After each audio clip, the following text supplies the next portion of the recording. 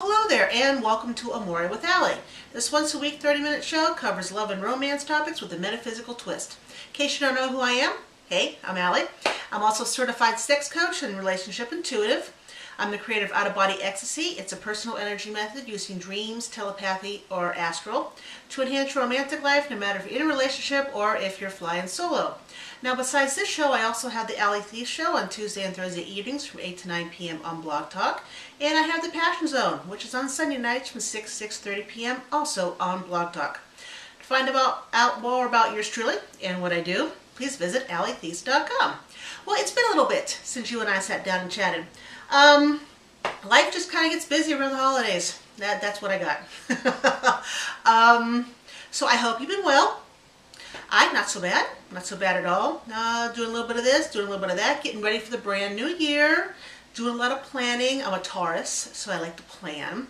Have you made any plans for 2013 yet? I seem to be cramming a whole lot in. I'm going to have to revise that plan, because I always complain.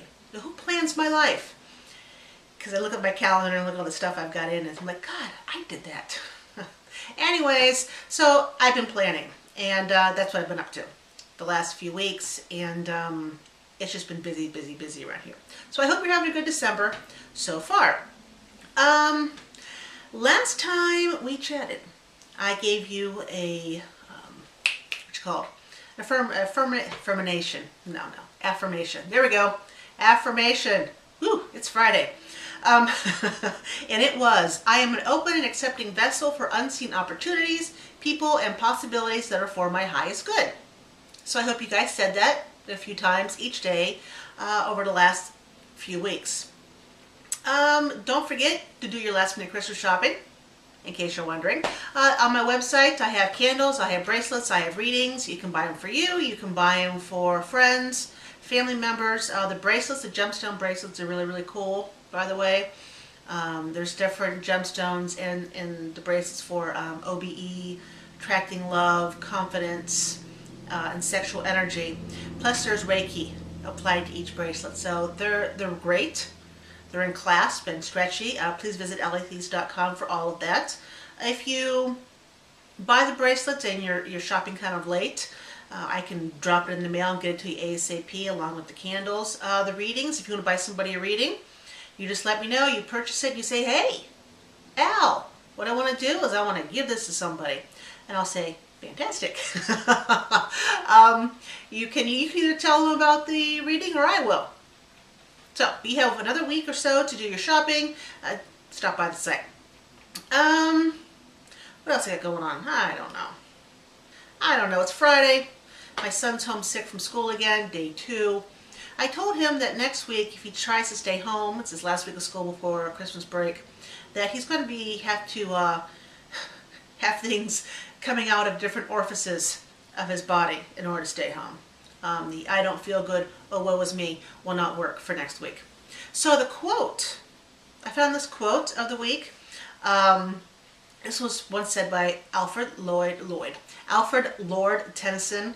I'm sure you guys have heard of him. If you haven't, you should really look him up. And he once said, if I had a flower for every time I thought of you, I could walk in my garden forever. Isn't that nice and romantic? I love it. I'll say it one more time. If I had a flower for every time I thought of you, I could walk in my garden forever. That's just nice. I love flowers. I'm a big flower person. As a Taurus, I'm earth-based, and I do, even though I don't have a lot of time to spend in gardens, I happen to love them, and I love flowers. So, let us move on to the viewer's question, shall we? If you want to send me a question, and why not? This is free. Free is always good. And when you send me a question, you get put in the hopper to have a chance to have a free reading with me. That's also very good. Huh? It works, doesn't it? So, in order to do so, just send me an email at amore@agelessknowledge.com. Pretty simple. I just need your initials, if there's anybody else involved, their initials, and the question. I never tell people your name, and you know what else I don't do? I don't put you on my email list. That is a pet peeve of mine. I just got put on somebody else's email list that I didn't ask for. I don't do that to you because I can't stand it. So, you don't hear from me at all. Unless you are watching this and you see your question answered. That is how you hear from me. Okay? Okay, so first question here is from CC, as in CC, the letters. And they write, I'm tired of being alone. What should I do? Well, when a person feels alone, it's usually because they are not attached or conjoined with the energy that surrounds them. They think of themselves as an island. And if you think of yourself as an island, you lose the connection with all the energy and all the other souls that are around you. It's like you and me. Now, even though we're in different parts of the country, or the world for that matter, as long as we don't think of ourselves as an island, our energy is connected. Okay? You may not be able to think of me, reach into my mind telepathically and me yours, but because we are connected through the universe, and through the universe everything is connected, we are never alone. But if we start thinking of ourselves as an island, then we shut ourselves off from the energy around us, and then we are truly alone. So, CC, one thing I have a recommendation to you is don't think of yourself as an island. And I'm going to sneeze. I just thought I'd throw that out there. You know how you think you're going to sneeze? And then you say you're going to sneeze, and then all of a sudden, it just kind of sits there, teasing you. See? Okay, CC. So, in order to not to be alone, first of all, quit thinking of yourself as an island. Okay? You are an interconnected, important part of the bigger picture. I mean, we all are.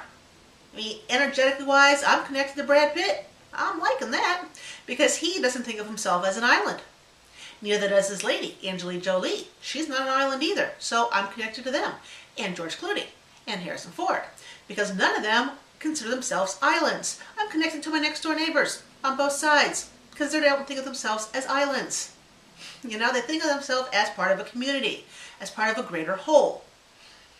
And that's what you have to do. You have to realize you are part of a greater whole. You are not an island. That's number one. Number two is you have to realize that it's not up to somebody else to make you happy. When you start thinking of that as well, you have the disconnect from what's around you. It's not my job to make you happy. It's not your boyfriend's job to make you happy. It's not your girlfriend's job to make you happy. It is your job to make you happy. Now, if the person that you're with complements your life and also contributes to you being happy, thumbs up. It's fantastic. That's the way it's supposed to be. So one, don't think of yourself as an island. And two, remember that it's up to you to make yourself feel happy. And number three, and this sounds like a no-brainer, but I still think I have to mention it, you need to get out and talk to people. You don't have to be in a romantic relationship. You can be with friends, and then those friends can lead you to a romantic relationship. Me, myself, all of my friends are, I shouldn't say all of my friends, a majority of my friends here around me in Ohio are married or have a significant other. I'm obviously not married, and I don't have a significant other. I'm too busy helping everybody else find one. But I don't feel alone. Not even close. I know I'm not an island. I know it's up to me to make me happy. And I go out and I socialize. I even go out by myself, which means I'm not alone. I'm just an individual. Going out, I go out to a restaurant. And I talk to the people around me. Yes, I'm one of those type of people. Hey, how you doing? Type person. And they talk back. Wow, what do you know? And again, I'm not an island. Neither are you. So, do those three things, and I can guarantee you will not have that feeling of being alone. And when you don't have that feeling of being alone, when you feel that connected feeling with everybody else, then the person you're looking for, the soul you're looking for to complement your life, as opposed to completing it, will arrive. And then you'll be in a romantic partnership with somebody else. It's a winner for everybody. Okay, CC? But thank you very much for sending in your question. And don't forget, guys, if you want to send your question to me, send it to Amore at agelessknowledge.com.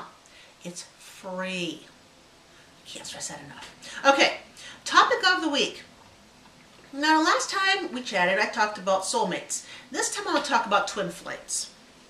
Twin flames, interesting enough, I talked about this at length on the Allie show last night, surprisingly. Let's see, how can I put this so I don't sound like a rating maniac and it makes sense? We have twin flames, remember this, twin flames, and then we have soulmates. And a twin flame is a soulmate, but a soulmate isn't necessarily a twin flame, okay? And then with the soulmates, then we have the soul cluster. You with me so far? So I think of a soul cluster as a mother who has two eggs, two fertile eggs. Each egg splits, and she gives birth to 4 souls, 2 sets of fraternal twins. In those 2 sets of fraternal twins, you have the soul cluster, the soulmates, and the other part of your twinness is your twin flame. Now, I talked about what a soulmate before is and isn't. So a twin flame, the media, marketing, and just about every major outlet online you can think of, wants you to view a twin flame as the ultimate romantic partner. And if you hear screaming in the background, just ignore that. That's the child playing the Xbox. I got no control over that unless I stop, go yell, and come back. And if you've ever been part of my radio shows or my podcasts or anything, the child is always in the background. Doing something he shouldn't be. Anyways, so twin flames, they have it as this big romantic, partnership. And the twin flame is the #1 most important relationship you could ever have. Hands down, I'm not refuting that. What I am refuting is the fact that a twin flame is always a romantic partner. That, in my point of view, is false. A twin flame is always an unconditional love. Where else can you find unconditional love besides a very strong romantic partnership? You can find that unconditional love in parents and children, siblings, and some best friends. So a twin flame, when they show up in your life, my twin flame is Will. So if Will decides to show up, in front of me someday and I fall over dead because I've had a heart attack, he probably showed up, probably not to kill me, but to unearth something of major importance within me. And when a twin flame shows up, it's important. It is important stuff going on. When a soulmate shows up, it's important. But let's say a twin flame importance is #1, a soulmate importance is #2. But both are extremely important. A twin flame will knock you on your butt, take your breath away, challenge you to heights you can never dream possible by yourself. A twin flame, when you look at them, you're home. I don't know how else to put it. A twin flame, even if they're in a romantic relationship, if you found your twin flame and you're in a romantic relationship with them, it is easier with a twin flame than it is with a soulmate or with somebody within your soul circle or your soul family and on the way out, because you know one another. You are one another. But the twin flame relationship still takes work. It takes effort.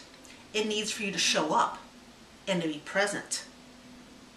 So while being in a twin flame romance, when that does come around, as opposed to being a sibling or a parent or a friend, when that does show up, and it does happen, you still have to be accountable.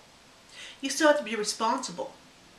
But the one thing about a twin flame love, no matter what type of relationship that unconditional love brings on to you, is it's a game changer. It's a life changer. Your life will never, ever, under any circumstances, be the same again once the twin flame comes into your life, for whatever reason. Okay? So that's the difference. That's a twin flame. And when you run into a twin flame, say Will and I did run into each other again, and I know much more about him than he does me, and I would assume so in this lifetime. And he ran into me again. He's like, you know, who are you? And kept talking to me and looking at me and humming. A twin flame, as soon as they meet you, there's something there that draws them back to you and you to them. They may not understand what, but they need to understand you. It's a draw. They can't escape the draw. It's there.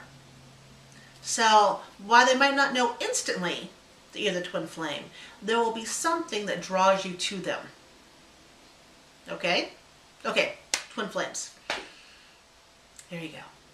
It's not always for a romantic love, but it's always an unconditional love, and it can be a romantic partnership, parent, sibling, child, best friend type thing. Okay? Cool. Viewers' question. Let's go on, shall we? Again, you want to send it to me. It's amore@agelessknowledge.com. It's free. I feel like I should have a sign. I might make a sign and put free. It says free above with a big smiley face. Free is always good. Anyways, so this is from, who's this from? LZ and JT. Okay.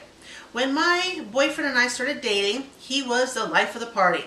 We were always doing things. He was fun. Now fast forward 3 years. We live together, and he is the biggest bore in the world. What gives? You know what I was talking about, the twin flame thing? About showing up and being responsible and putting the work in? There you go. You both have to show up, you both have to be responsible, you both have to put the work in.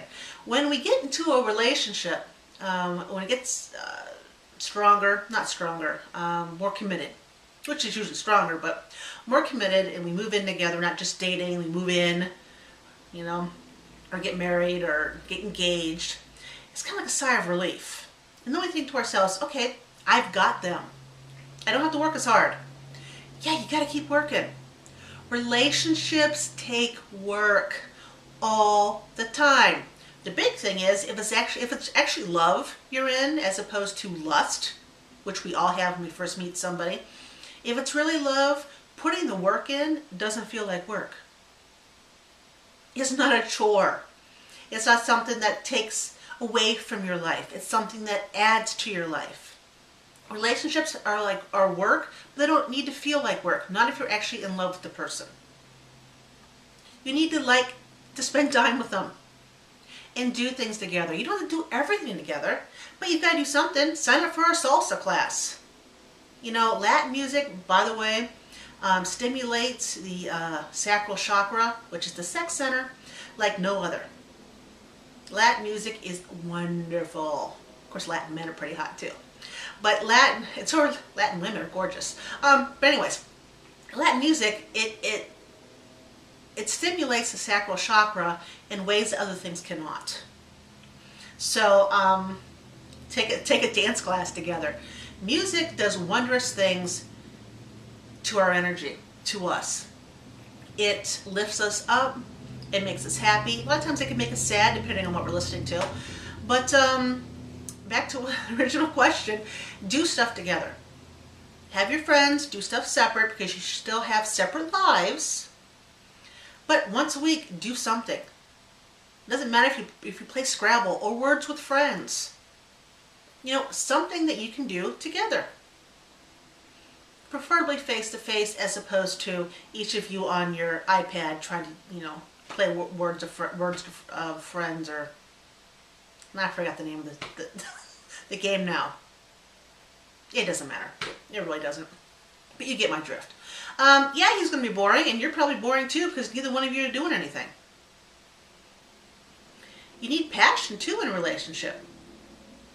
You know, just because you guys moved in together, where's that sexy lingerie? Are you wearing it? You know, where are the sex toys? Where's the lotions? Where's the music? Where's the spontaneous lovemaking? Does that still happen? Or did you cut back on that because, okay, you've got them? So, you know, men and women tend to do that to one another. When you get into a committed type relationship, like moving in together, the man takes a step back from taking you out, from taking the woman out, buying her gifts and all that kind of stuff, and a woman takes a step back from how many times she'll have sex. This is the normal, I shouldn't say normal, I hate that word. What usually happens. I'm trying to think of a different word to substitute for normal. What usually happens with a heterosexual couple. It doesn't happen to every couple, but that seems to be the most popular thing that happens. The woman starts to withdraw sex, the man starts to withdraw giving time, lending an ear, and whatnot to the girl. Okay? So that's how you can take care of your boredom. You both have to put the work into it. And if the guy is a chore, if it's a chore for you to have sex with him, if it's a chore for you to invite passion into your life, if it's a chore for him to go do things with you, then guess what, guys? You shouldn't be together. That's simple. If it's a chore now, think how much of a chore it's going to be in 20 years. Do you really want to spend your life with somebody who's a chore? No. Bad news. Okay, so there you go. Now, magical item of the week. Now, the last time I didn't write down what the magical item of the week was going to be because I forgot. So I looked around the room and I picked something. Well, I don't know what I picked. I don't know. And I do not watch me. I do not watch me at all. I don't listen to any of my radio shows. Nothing. I can't stand to see me on film. I can't stand to hear my voice. I cringe. I do. So I don't know. I don't know what I said. So I decided to, and I can't pronounce the flower I put down. I'm going to say it wrong because I'm saying it wrong in my head. So such flower as a peony? Probably not. P-E-O-N-Y? Yeah, my computer's talking to me. I know. Probably saying, no, you silly woman, that's not how you say it. But anyways, P-E-O-N-E is the flower I'm talking about, okay? And we're going to talk about a little bit of Feng Shui, because I love Feng Shui. I love moving stuff around, getting the chi going, making sure everything's right. I'm going to call it peony. The peony is the queen of all flowers, and it happens to be the national flower of China. Yeah. It's the flower of riches and honor in Chinese. That's what it stands for. The peony is an emblem of love and affection, feminine beauty, and amorous feelings of youth. Ooh. Peonies are often referred to in romantic Chinese poetry and literature, and used as the main motifs of Chinese decorative arts and can be found on porcelains and tapestries. Now in Feng Shui, the peony is used to attract romance and wealth luck. We like that, don't we? Romance and wealth luck. Good stuff. My son's having a hard time with the Xbox because every time he turns it off and turns it back on again, my computer tells me. Yay. So, sorry, distraction. So, how can you use these flowers that I can't pronounce in Feng Shui to help you with your romance or your wealth luck? We're going into a brand new year. Personally, I think we need all the help we can get at any point in time. A leg up is always a good thing. You can display the flower and the plants in the living room. It's said to heighten the charm of single ladies of marriageable age, guess that's not me anymore, huh? In the home and attract many suitors. The chi brought around by the peony symbol will help them find good husbands who will look after them and provide for them. So if you are a single female looking for a hubby, put the flowers, put the actual plants with the flowers on them in your living room, because it heightens your charm and brings those men in. Now if you place the plant near the front door or the southwest corner of the living room to enhance the happy energy, passion, excitement in any relationship, just like a love potion. So take the plant with the flowers and put it either near the front door or in the southwest corner of the living room. And when you do that, it enhances the happy energy, passion, and excitement in any relationship. So person who asked question last. The second question I answered about being boring. Buy the plant. Stick it in your place. It might help out a little bit. Now single men can place the peony tree, not just the plant, they're talking the whole tree now, in the southwest corner of their bedroom. Gonna put a tree in your bedroom? Well, why not? In the southwest corner of their bedroom to activate yin energy into his surroundings, signifying impending marriage, thus bringing in prospective females into their life. I do believe that if you cannot put the actual plant or tree into your location, and everything Feng Shui that I've read and have used in my own life, if you can't have the actual object, a picture of that object will work. So you can put a picture of the plant in the living room or in the southwest corner of the bedroom instead of the actual flower plant. Works for me. Does it work for you? I mean, are you good with plants? If you're not, because you don't want to have a dying plant. A dying plant in Feng Shui is bad flippin' news. That actually has a reverse effect on everything you want. It'll take away from love. It'll keep people away from you. So if you are no good with plants, or if you have monster children with fur, like I do, who will eat the plants, it's very difficult for me to grow anything inside my house. If they will eat the plants, then your best bet is a picture of the flower. Peony. I'm sure after I'm done here, I'm going to look the flower up and I'm going to find out how to actually pronounce it, and I'm going to just shake my head at myself, because what else can I do? So, now next week, actually what I'm going to do is I think I might do this one tomorrow, because I need to catch up. I hate being behind on things. So I may do this one over the weekend, because the topics I'm going to have for the next show is sharing intimate energy and ginger. Now, Ginger is not sharing her intimate energy with anybody. I'm talking about sharing intimate energy as the topic, and then Ginger as the magical item of the week. Okay? Again, I can't think of anything else that's really that important going on, at least with the website and me and whatnot. I know that the shootings were today out in Connecticut, and if I talk about them, I will start to cry. So I'm trying not to speak about them, although in the back of my head as I'm doing this, I keep thinking about the children and the families and the parents and whatnot. And I'm sure whomever is watching this, you've also seen the news. And just need to send a little collective love to everybody in Connecticut. Just can't imagine being a parent that had a child going to that school. I can't. Okay, I'll start to get real sad here.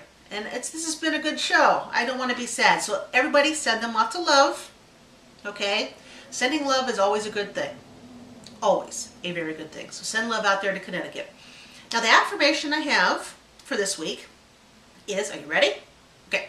I am a magnet for a truthful, intimate, and faithful love. Huh? Who doesn't want a partner who's truthful and intimate, which means they're also emotionally available, and faithful? I mean, it sounds like a winner, doesn't it?